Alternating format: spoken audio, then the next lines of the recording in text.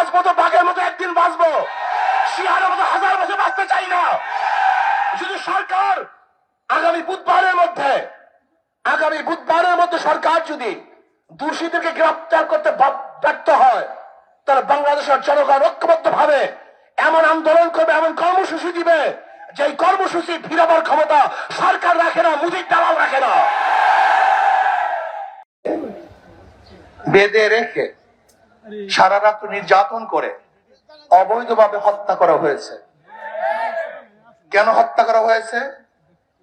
তারা নাকি মন্দিরে আগুন দিয়েছে, অথচ প্রমাণিত তারা মন্দিরে আগুন দেয় নাই, তারা কাজ করতে ছিল। কিন্তু সরকার এক সপ্তাহ হয়ে যাওয়ার পরেও হত্যাকারীদেরকে গ্রেফতার করে নাই। এমনকি মিডিয়ায় আমরা যা দেখতেছি, মনে হয় যেন এদেশের মিডিয়ার নাই, ভারত পরিচালিত মিডিয়া আমাদের বাংলাদেশে আছে।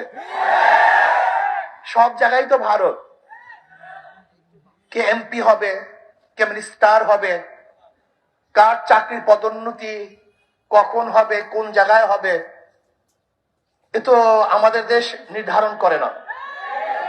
এমনকি আপনারা জানেন আমাদের নৌবন্দরগুলি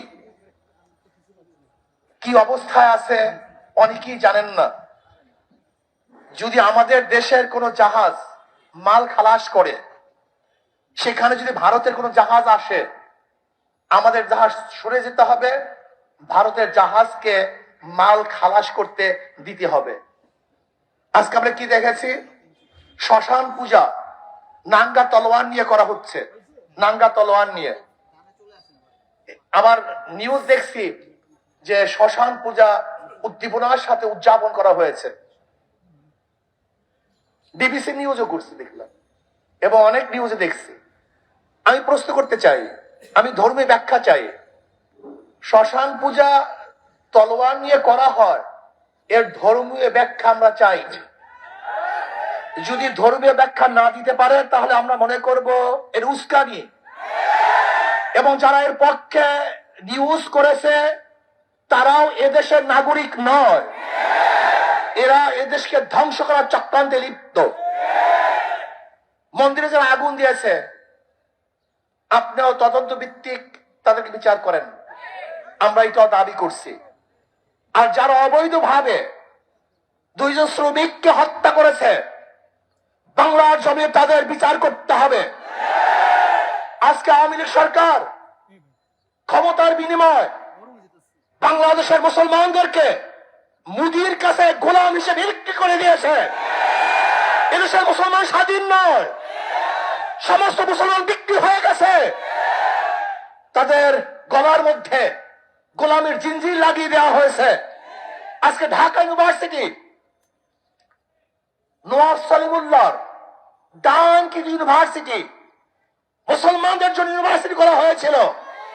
সেখানে মুসলমানরা নামাজ পড়তে পারবে না, ইফতার করতে পারবে না, সেখানে পূজা চলবে, মঙ্গল শুভ যাত্রা চলবে। এটা বাংলাদেশের মানুষ মানতে পারে না, মানবে না ইনশাআল্লাহ। আজকে কি দেখেছি? হিন্দু পণ্ডিতরা বক্তব্য দিচ্ছে যে 20-30টা তলোয়ার নিয়ে, 100 তলোয়ার নিয়ে যদি দাঁড়িয়ে যাওয়া হয়। শোনেন বক্তব্য, কেন? এর কারণটা কোথায়? বাংলাদেশ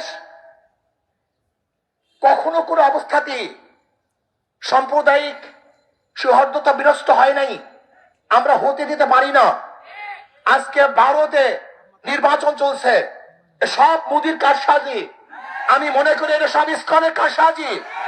এদেশের সাম্প্রদায়িক দাঙ্গার ভিত্তিতে ওই দেশে তারা ভোট ক্যারি করার এই জন্য ষড়যন্ত্র আওতায় নিয়ে আসছে।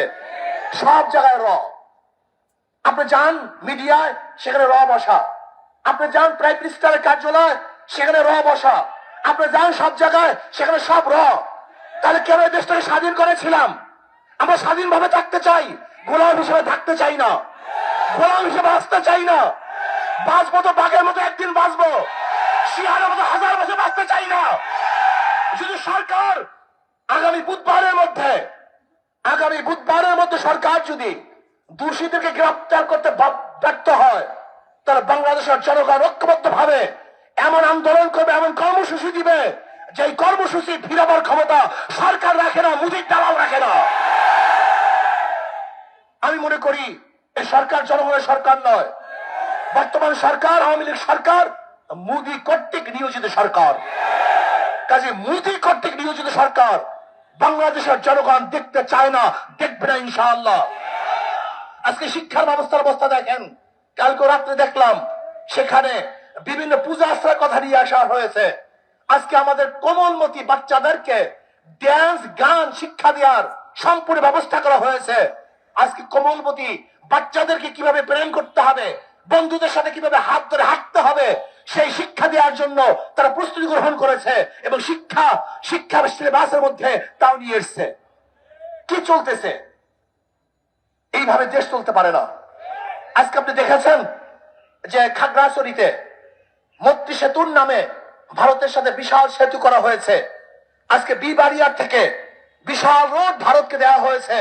তার মানিতে এরকম মনে হয় যেন অচিরেই ভারত এদেশ কন্ট্রোল করবে, এদেশ শাসন করবে, সেই পূর্ব প্রস্তুতি চলতেছে। আমি বলবো আওয়ামী লীগ সরকার, আপনি ক্ষমতার জন্য গোলামি করতে পারেন, কিন্তু বাংলাদেশের জনগণ কোন অবস্থাতেই ভারতের গোলামি করবে না, করতে পারে না ইনশাআল্লাহ।